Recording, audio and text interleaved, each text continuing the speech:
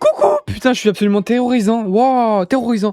On se retrouve pour enfin. Oh, putain, mais en fait, j'ai l'impression que du coup, je dis ça à chaque vidéo. Du coup, genre quelqu'un qui regarde toute ma chaîne, au final, à chaque vidéo, il va dire, il casse les couilles, c'est son intro. Enfin, on dirait un gimmick d'intro presque. C'est bizarre. On se retrouve pas pour je sais pas, remuer des graineries. Je viens d'inventer une expression. Je suis déjà relou. Non, aujourd'hui, on va parler d'un manga que j'ai fini, que j'ai lu, qui était super, un one-shot, qui se nomme Quartier Lointain. Attention, drop. Je sais pas si vous entendez la musique, je sais pas si je l'ai mis dans OBS. Le rendu bug, j'espère qu'il buggera pas quand je regarderai la vidéo à la fin. Du coup, je regardais, j'ai lu le manga Quartier Lointain, qui était absolument extraordinaire, qui a fait écho à beaucoup de choses, de questions que je vais pouvoir me poser dans ma vie. Et donc, je voulais voir si on pouvait y répondre ensemble, si on pouvait creuser le sujet, en fait. Du coup, Quartier Lointain, c'est quoi ? C'est l'histoire d'un keumé, un daron de famille qui est en place dans sa vie, il a son petit boulot et tout, justement il est en place dans sa vie, mais la vie est relou, enfin tu vois, c'est la vie d'un mec normal qui va au travail, qui a une famille et tout. On s'emmerde, ok, on s'emmerde.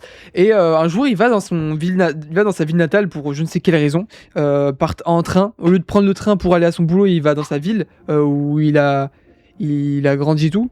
Et du coup il va dans son cimetière et tout, il est nostalgique, et là d'un coup, tac, il tombe, genre il perd connaissance, et il va se réveiller dans le corps, un corps beaucoup trop léger, un corps beaucoup trop... C'était lui, enfant, ok, il est devenu un enfant, wow, terrifiant, il est redevenu sa version enfant, ok, terrifiant, mais en rentrant chez lui, enfin en avançant un peu, il va se rendre compte qu'en fait, il est revenu à l'époque où il avait genre 14 ans, un truc comme ça. Et en fait, du coup, en fait, il est retourné dans le passé. Sauf que il a la conscience d'un mec de 40, je sais pas combien d'années, quoi. Un mec qui a un daron de famille, quoi. Enfin, c'est dingue. Et du coup, tu dis, mais ok. Enfin, au début, il t'explique pas tout de suite c'est quoi le truc. Sauf que du coup, le seul événement qui va régir l'histoire, en fait, par la suite, c'est que son père, en fait, a disparu. Genre 2 mois après la date qu'il est actuellement, quand il est redevenu enfant. En gros, il est retourné dans le passé à une date précise. Et dans 2 mois, il sait que son père disparaît parce que il est dans ses souvenirs, il a disparu à ce moment-là. Il sait pas pourquoi, il s'est barré. Il a laissé sa daronne toute seule. Il a disparu sans donner aucune raison et tout. Ok, donc c'est terrifiant. Et donc le but, ça va être de trouver pourquoi il a disparu, quoi. Et sauf que en fait, il y a un truc qui m'a trigger, et un truc, une question que beaucoup de gens se posent. Il y a pas que moi, qui suis totalement abruti. C'est qu'est-ce que ça ferait si je revenais dans le passé avec mon esprit de moi d'aujourd'hui. Si je revenais au collège avec mon esprit de moi d'aujourd'hui. Et tu te dis, mais tu sais, tu performes partout, tu fais tous les meilleurs choix tout le temps et tout. Enfin, ça, il y a un truc un peu... C'est pas, ça donne envie, tu vois. Tu te dis, c'est un SI un peu. C'est vraiment le SI ultime. C'est SI. Toute ma vie changé comme ça, grâce à ça. Ça me fait peur parce que le rendu il bug beaucoup. J'ai peur que à la fin ça bug. J'espère pas. Et du coup, c'est en mode ok. C'est intéressant. Et en fait, surtout, du coup, il va retourner en cours, il va recroiser ses amis d'enfance, etc. Il sait ce que les gens sont devenus. En fait, il y a des gens qui ont mal tourné. Il y a même un de ses potes qui est mort, en fait, un pote qui aimait trop la moto et tout. Et il était passionné de moto et tout. Et en fait, il savait que dans 2 ans, il allait acheter une moto et il allait se tuer avec. Et c'est horrible, tu vois. C'est horrible. Du coup, il essaie de lui dire vite fait, ouais, bon, tu fais gaffe à la moto et tout. Ouais, t'es sûr, c'est bien, vas-y. Donc, il y a un côté de, est-ce que je suis quelqu'un qui est apte à changer le futur ou quoi ? Tu sais, il y a un peu ce truc, mais c'est pas non plus le point principal. Et tant mieux. Parce qu'il y a surtout un autre truc. Du coup, il va entamer des relations, il va entamer des trucs qu'il en fait, il n'a pas fait à l'époque, du coup. En fait, il n'est pas en train de reproduire exactement ce qui s'est passé. Donc, ce qui veut dire que s'il continue à grandir comme ça, le futur serait différent de là où il est, ou en mode, par exemple, du coup, il rencontre une nouvelle copine. Genre là, maintenant qu'il est performant dans tous les cours, il est trop chaud en sport, il est trop chaud partout parce que il kiffe trop d'être un gosse, alors qu'avant c'était un vieux daron tout mou, tout nul. Hop, il court comme un fou et tout, il kiffe trop. Du coup, il est fort partout, même il est super intelligent. Du coup, il a l'intelligence d'un mec de 40 ans, quoi. Et du coup, tout le monde est choqué. Il y a plein de gens qui s'intéressent à lui, surtout une meuf, la meuf la plus populaire de l'école, et la meuf intelligente et tout, enfin la meuf parfaite, quoi. Et du coup il commence à faire wesh, et la meuf elle commence à tomber amoureuse de lui. Et il y a un truc un peu bizarre aussi, je trouve, du coup une relation entretenue entre lui et elle, parce que lui du coup a littéralement 40 ans, arrête, arrête, brother. Arrête. Quoi qu'il arrive, arrête. Et du coup, il entame une relation, mais il se dit, mais en fait, bah là, si je continue comme ça, ma vie va être totalement différente. Mais ça se trouve, ma vie va être totalement mieux. Mais d'un autre côté, putain, il a des filles, tu vois. Il a d'un côté, mais mec, j'ai des filles, j'ai une famille, quoi. Enfin, putain, mais. Et en fait, au fur et à mesure, il commence à oublier sa famille. Il commence à se dire, mais en fait, je suis tellement bien là, je suis tellement heureux à être un gosse de nouveau et à tout réussir dans mes relations et de, en fait, voir ma vie être juste mieux. Tu sais, la vie dont il se souvenait, juste en mieux parce qu'en fait, il fait tout mieux maintenant. Du coup, c'est trop. Tu sais, tu te poses des questions, tu te dis, mais en fait, c'est vrai que là, maintenant, là, tout de suite, la personne que je suis. Là, je suis jeune, tu vois, j'ai 21 ans. Genre, d'un côté, peut-être le mois dans 20 ans, il va repenser à moi, il va se dire, putain, mais mec, genre, tout ce que j'aurais pu faire et tout. En fait, toutes les petites actions papillons, ça qui me rend fou aussi, c'est le nombre de petites actions que tu vas faire, de petites rencontres que tu vas faire, tu vas parler avec quelqu'un. Un tout petit truc, ça change toute ta vie. Genre, ça m'est arrivé plusieurs fois qu'il vraiment y a des trucs, tu parles à un gars, c'est fini. Ta vie, elle a changé pour tout le reste. Genre, juste t'es devenu pote avec lui plutôt que lui. Pareil, ça change tout. Et je sais pas, à tout moment, putain, mais je me rends compte. On voit de ouf les poils de mon chat sur mon t-shirt, c'est la honte. Et du coup, c'est ça, tu sais, ça te fait te poser des questions, genre en mode putain, mais mec, en fait, genre. Déjà, tu repenses des questions sur ton passé, mais du coup, vu que bah, moi, je suis actuellement. Déjà, je suis encore jeune, tu vois, même si je suis plus au collège. Mais je suis jeune. Genre, est-ce que là, je pourrais pas faire le mieux possible pour pas plus tard, pas regretter? Et du coup, ça a fait un truc un peu une FOMO de putain, à tout le monde, je rate des trucs, j'ai une fear of missing out, ouais, je loupe plein de trucs dans ma vie et tout, c'est relou. En vrai aussi, il faut vivre quoi. Et du coup, bah, c'est pour ça, je trouve ça un peu dommage parce qu'en fait, du coup, bah, il commence à se poser ce genre de questions. Et là, j'étais passionné par les questions qui se posaient. Et c'est à ce moment-là qu'il y a plein d'idées qui me sont venues. Et justement, bah, je les ai pas notées, je les ai pas répertoriées. Et c'est pour ça que je voulais faire cette vidéo. Je les ai pas notées, mais je sais que j'ai pensé à plein de trucs super intelligents et super intéressants. Et je n'ai pas. Je me rappelle pas. Et du coup, bah, je pourrais pas vous faire. Enfin, on pourra pas en parler. Je pourrais pas répertorier tout ça, quoi. C'est chiant à mourir.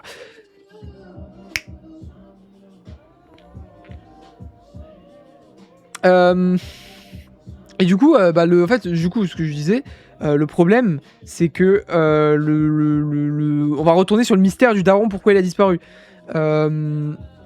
Et d'un côté, du coup, il y a ce moment où en fait, bah, du coup, toute sa vie change actuellement. Toute sa vie est en train de changer. Il a peur, il se dit, putain, mais je vais peut-être plus retrouver mes gosses, mais en même temps, je vais avoir une vie totalement différente. Je vais faire ma vie avec la meuf populaire qui va faire des études, je sais pas où, qui à l'étranger et tout. Peut-être ça va être fou, tu vois. Et du coup, ok, mais sauf que du coup, dans tout ça, mon daron. Et là, il repense à son daron qui va disparaître dans quelques jours. Jours, enfin, je sais pas, ça avance, l'histoire à l'avance et tout. Et on arrive à ce moment-là. Et en fait, il se rend compte que c'est le soir où son daron va disparaître. Hop, il prend son vélo, il va à la gare. Parce qu'il sait, dans ses souvenirs, que la dernière fois qu'on l'a vu, c'était à la gare et tout. Il va à la gare. Et il se rend compte que malgré toutes les actions qu'il a fait, bah en fait, il se barre quand même. Genre. Et il va le voir, nanana, il le croise. Là, il y a une confrontation, il dit en fait, toute ma vie, le daron dit, toute ma vie, j'ai été spectateur de ma vie. En fait, j'ai fait les choses pour les autres, j'ai jamais vécu pour moi-même, tu vois. Et il dit, là, je fais le choix égoïste, c'est une dinguerie ce qu'il fait parce que il y a égoïste et égoïsme. Et en fait, d'un côté, ça fait relativiser sur ta vie à toi, mais du coup, en gros, il lâche sa famille. Il sait que, bah, du coup, notre protagoniste sait que la mère elle va souffrir de ouf de ça parce que du coup, elle va devoir s'occuper toute seule de tout le monde et tout. Enfin, il va lui arriver que des galères. Et en plus, bah, du coup, dans le présent, la daronne est morte. Et du coup, il est super triste parce que il a jamais pu aider autant sa daronne qu'il le voulait par rapport à tout ça et tout. Enfin, c'est triste de fou, tu vois. Et le daron, il s'en va quand même, tu vois. Il se dit, mais mec, je prends ma vie en main, je me casse. Je sais plus il fait quoi, mais il se casse en tout cas. Et en fait, c'est le seul événement. Il savait que ça allait arriver. C'est le seul truc, il savait, tu vois. Et il n'a pas pu le changer. Genre, le destin était impossible à changer sur ce point-là. Ok. Et en fait, je vais pas te faire une analyse parce qu'en fait, je suis totalement con et je vais oublier la moitié des trucs parce que je l'ai fini il y a une semaine, ton manga de merde. J'aurais fait il y a une semaine cette vidéo. Peut-être que oui, j'aurais pu dire plein de trucs d'analyse. Là, je me rappelle plus trop en vrai. Je peux plus avancer. Mais du coup, ça fait un parallèle sur le fait que, bah, du coup, son daron dit qu'il va vivre sa vie pour lui-même. Lui, c'est horrible parce que du coup, il lâche toute sa famille. Sauf que nous, hop, tu prends le message en plein dans la gueule. Lui, t'as vu ce qu'il fait? Il lâche tout. Tous les sacrifices qu'il fait pour vivre pleinement sa vie, chose qu'on ne fait même pas nous, alors qu'on n'a pas à faire tous les sacrifices qu'il fait lui, tu vois. Et là, c'est intéressant parce qu'en vrai, putain, mais mec, c'est fou parce que c'est vrai qu'il y a tellement de trucs qu'on vit pour les autres. En fait, on va.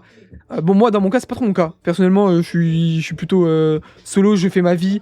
Bon, il y a un petit truc où j'ai été dirigé forcément à cause des. Bah, c'est les études et tout parce que la société, ta famille et tout te force à aller faire tes études. Je vais aller chercher la bouteille d'eau, je reviens tout de suite. Putain, il y a pas d'eau. J'ai envie de pleurer. J'ai envie de pleurer. J'ai aucune autre bouteille d'eau. Bon, je boirai après. Et du coup, bah, c'est super triste, quoi, parce que ce daron, il nique tout, quoi. Là, tu vois, j'essaie de combler parce qu'en fait, je me rappelais plus de ce que je disais exactement. Et du coup, oui, il y a beaucoup de gens qui vivent pour les autres. Et en fait, il y a surtout un moment où tu vis plus que pour les autres. C'est le moment où tu deviens daron. Et où tu fais des gosses. Parce que en fait, quand tu fais des gosses, pour moi, c'est un échec. Parce que, en fait, à partir de ce moment-là, c'est que t'es bloqué dans ta vie, tu n'as plus aucune liberté.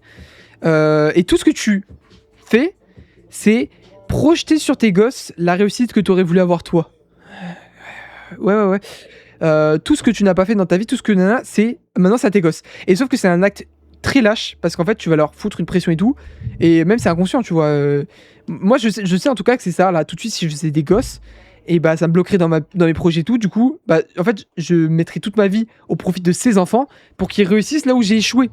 Sauf que bah peut-être que ces enfants, ils ont une vie. Enfin, tu vois, ils veulent pas faire ce que j'ai fait moi. Enfin, c'est pas moi, c'est mes enfants. Du coup, et moi, je pense qu'il y a tellement de darons, mais un nombre incalculable. Quand je passe devant la maternelle de mon village de fils de pute et que je les vois tous ces fils de pute avec leurs gosses de fils de pute, enfin je les déteste, je les hais tellement.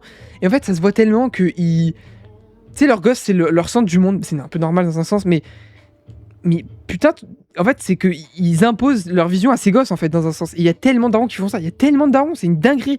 Tous les darons qui vont dire que leur enfant est HPI, tous les darons qui vont, je sais pas, ils vont se dire, oh, cet enfant est spécial, et du coup, ils vont le faire sentir bizarre et différent des autres, sauf que bah, c'est pas bon pour son développement au gosse, en vrai. Et du coup, c'est mauvais. Je dérive totalement. Ça n'a rien à voir avec tout ce que j'ai raconté depuis tout à l'heure. Mais en tout cas, ça m'a beaucoup marqué. Voilà, ça m'a vraiment marqué ce truc de putain, en fait, mais actuellement, tous les choix que je fais, ça change tellement ma vie. Genre, ma vie est tellement dictée par tout ce que je fais actuellement. C'est une dinguerie. Et dans un sens, est-ce qu'il y a des bons et des mauvais choix? Parce que, en fait, on va trouver un bonheur, peut-être qu'on pensait pas dans quelque chose qui se passe de négatif, qu'on pourrait penser négatif. Tu vois, par exemple, lui, il a fini avec une famille. Peut-être que, bon, il a pas l'air de trop aimer sa famille parce qu'il l'a oublié très vite, hein, quand même. Enfin, c'est fort de faire ça. Mais il avait une famille et tout, mais il s'est dit putain, mais mec, en fait, si je fais tout bien, je peux avoir peut-être une meilleure vie avec une meilleure famille. Genre, c'est horrible de se dire ça, c'est horrible, hein. Mais il se l'est dit. Et dans un sens, s'il avait pas connu sa famille de maintenant, eh ben, il aurait eu aucun remords à trop kiffer sa vie et faire sa vie de ouf avec les autres. Sauf que s'il avait fait sa vie de ouf, ben, il aurait jamais pensé que dans un autre monde, il avait une vie de merde. Tu comprends? Genre, c'est un truc où en fait, on se contente jamais de ce qu'on a en fait. Genre, ça se trouve là, la timeline où je suis dans ma vie, c'est en gros, tu vois, à chaque fois, en fait, faut le voir dans un embranchement, tu vois, même si, bon, c'est très cartésien et très mauvais de le voir comme ça, mais il y a du bon et du mauvais. Du coup, à chaque fois que je fais un choix dans ma vie, on va dire que c'est totalement cartésien. C'est soit il est bon, soit il est mauvais. C'est une vision très freudienne, je sais pas, c'est quel philosophe qui voit. Bon, soit bon, c'est un arbre de probabilité, tu vois, soit bon, soit mauvais. Tac, ça va soit là, soit là. Et hop. L'arbre il monte ou il descend ou peut-être il stagne si tu fais des mauvais et des bons choix. Et bah à tout moment, actuellement je suis dans la meilleure branche des choix que je pouvais faire, tu vois. Mais en fait je suis quand même pas heureux parce que je me dis j'ai des problèmes quand même, tu vois. J'ai des trucs et je me dis ouais mais en fait ça pourrait toujours être mieux dans tous les cas. Mais tu vois il y a forcément ça se trouve je suis vraiment je le sais qu'actuellement dans ma vie je suis bien de ouf. Enfin tu vois par rapport aux gens de mon âge et le milieu social dans lequel j'ai évolué. Je suis tellement content d'être la personne que je suis aujourd'hui, genre vraiment, genre la culture, même si on parle de culture, je parle pas de culture de littérature ou quoi, c'est pas un truc que j'ai encore envie j'ai pas encore envie de lire et tout, tu vois. Mais c'est pas grave, tu vois. Mais tu vois, la culture que j'ai actuellement par rapport à d'autres de mon âge, sur plein de sujets, sur des trucs qui me font kiffer, sur de la technique, sur mes passions. J'ai tellement de passion, je trouve, par rapport aux gens de mon âge qui sont dans mon milieu 16. Le problème, c'est que sur les réseaux sociaux, tu regardes les gens, ils sont terrifiants, ils sont terrorisants. Moi, personnellement, je suis un mec qui a été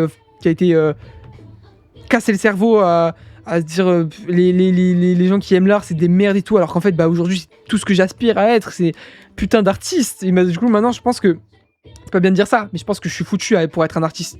Genre maintenant, je pourrais être qu'un demi-artiste minimum. Mais en mode, tu vois, toute ma vie j'ai fait S, enfin j'ai pas fait S, moi c'était les spécialités au lycée, mais en gros, tu vois, j'ai fait des spécialités scientifiques. Parce que pour moi, vraiment, dans mon cerveau au lycéen, même si j'étais nul hein, en sciences, parce que je m'en battais les couilles, j'étais nul, mais dans ma tête, c'était les gens qui vont en littérature, ils n'ont aucun avenir. Alors que je n'ai absolument aucune preuve de ça. J'ai un peu l'impression d'être un mec d'extrême droite, tu vois, à ce moment-là. Genre, vraiment un mec qui a des trucs ancrés dans son crâne, ancrés, hein. Genre vraiment, c'est profondément là. Tu le penses profondément, t'en es convaincu, tu n'as pas remis en question une seule seconde ta pensée. Et en fait, c'est pour ça que je comprends qu'il y a tellement de gens qui aujourd'hui ont des mauvaises pensées, vont être extrémistes, vont être extrémistes dans le côté droit, moi extrémiste dans le côté gauche, vas-y, je te laisse. Vas-y, c'est bien. Mais du coup, ouais, en fait, parce que en fait, ils ont évolué dans un milieu qui les a forgés, et les marques sont tellement profondément ancrées en eux qu'ils peuvent pas s'en sortir, genre c'est mort. Et moi je me rends compte de ça, je me rends compte parce que vraiment ça m'est arrivé. Et je sais que par exemple quand j'étais tout petit, je sais pas si j'ai déjà dit, mais je sais que quand j'étais tout petit, j'étais sûr que la droite était les gentils. Genre alors que je ne connaissais rien. Genre vraiment je ne savais même pas que la droite c'était plus dans le perso, enfin tu sais c'est plus l'économie etc. L'autre c'est plus dans la communauté et tout. La gauche, je ne savais même pas. Je ne savais rien. Et pourtant, j'étais persuadé, je me rappelle que mon côté préféré, quand on me demandait gauche ou droite, je disais toujours droit, parce que je pensais politique. Je pensais politique premier degré, je me disais parce que je serais de droite si j'étais dans la politique. Je ne savais même pas ce que c'était. Vraiment, je n'avais aucune idée. Aucune. Et pourtant, mon milieu social tout m'a mis dans la tête que c'était ça. J'étais pas raciste, même quand j'étais petit, j'étais pas raciste, j'étais rien, vraiment, j'étais normal, hein. Mais on m'a mis ça dans la tête, tu vois. C'est comme ça. Et même là, quand je regarde tous mes collègues, du coup, c'est pas mes collègues, mais les gens de mon âge, parce que moi, je suis dans un milieu rural, je suis dans des villages et tout, c'est ça, c'est des mecs qui, d'un coup, tu vas aller un peu loin dans la discussion, il va te dire, oh, les cheveux bleus, les putains de gauchistes. Bah, je sais pas, réveille-toi frère, enfin je sais pas, genre, ils traînent dans quelle sphère encore aujourd'hui pour voir ça comme ça, parce que je trouve que le milieu de l'influence et le milieu des réseaux sociaux, pour moi c'est carrément plus ouvert d'esprit, de gauche et tout, genre qu'est-ce qu'ils regardent, genre ces mecs regardent uniquement La Menace et Yomi Denzel, je ne sais pas, je ne comprends pas, c'est trop bizarre. Putain, la dérive était puissante sur ce manga, mais en tout cas, voilà, en fait, ça a parlé de beaucoup de sujets qui m'ont intrigué, qui m'ont intéressé, et c'est ça que je cherche souvent dans des œuvres, c'est des trucs qui vont me faire réfléchir, et qui vont me faire évoluer dans ma propre vie, en fait. Actuellement, c'est un peu comme dans Persona, ça m'a donné beaucoup cette truc aussi, de voir ma vie, en fait, comme une opportunité. En fait, à l'époque, genre, t'en repars dans un autre truc. Mais à l'époque, en fait, quand on me propose des activités et tout, j'étais en mode... Ah, j'ai la flemme et tout. Et depuis, c'est horrible, c'est trop bizarre de l'avoir découvert comme ça. Et à un moment, j'ai joué à Persona. Et en fait, dans Persona, tu vas augmenter tes statistiques sociales en fonction des activités que tu as fait. Par exemple, tu vas augmenter ton intelligence parce que tu as participé en cours, parce que t'es allé manger un truc que tu connaissais pas. Et en gros, tu vois, t'évolues tes stats comme ça. Et en fait, dans la vraie vie, c'est pareil. En fait, et même, du coup, il y a tout le côté social avec les personnages secondaire du jeu. En fait, il faut, dès que tu peux augmenter ta statistique sociale avec un personnage, il faut le faire. Et dans la vraie vie, c'est pareil. Si quelqu'un te propose une sortie, te propose quelque chose, fais-le. Parce qu'en fait, t'as tellement à y gagner. Genre vraiment, c'est une ressource inestimable. C'est encore plus grand que le temps ou l'argent. C'est une dinguerie tout ce que ça peut t'apporter. Une amitié ou juste une relation sociale, tout ce que ça peut t'apporter en fait. Genre, c'est une dinguerie. Et en mode, du coup, depuis, je le vois vraiment comme ça. J'accepte tous les trucs qu'on me dit de faire. Tac, je le fais. Toutes les expériences sont bonnes à prendre. Je fais tout ce qu'on me demande. Tout, je suis une salope. Mais moi, tu vois, genre, ça me fait grave évoluer. Et je trouve que c'est la meilleure ressource qu'on puisse avoir. Et c'est le meilleur truc, c'est que ça t'évolue. Tes ressources mentales, en fait, ça te forge. C'est trop important. Sur ce, peace. Je pense que je vais retourner une deuxième vidéo juste après. Oh putain, le focus, c'est vrai qu'il est cool, le focus, quand même. Voici ce stylo. Attends. Faut faire comme les youtubeuses beauté, genre. Ah, mais c'est parce qu'il voit ma tête. Il favorise l'autofocus de ma tête après. Mais voilà. Putain, j'allais arrêter la cam, c'est ça.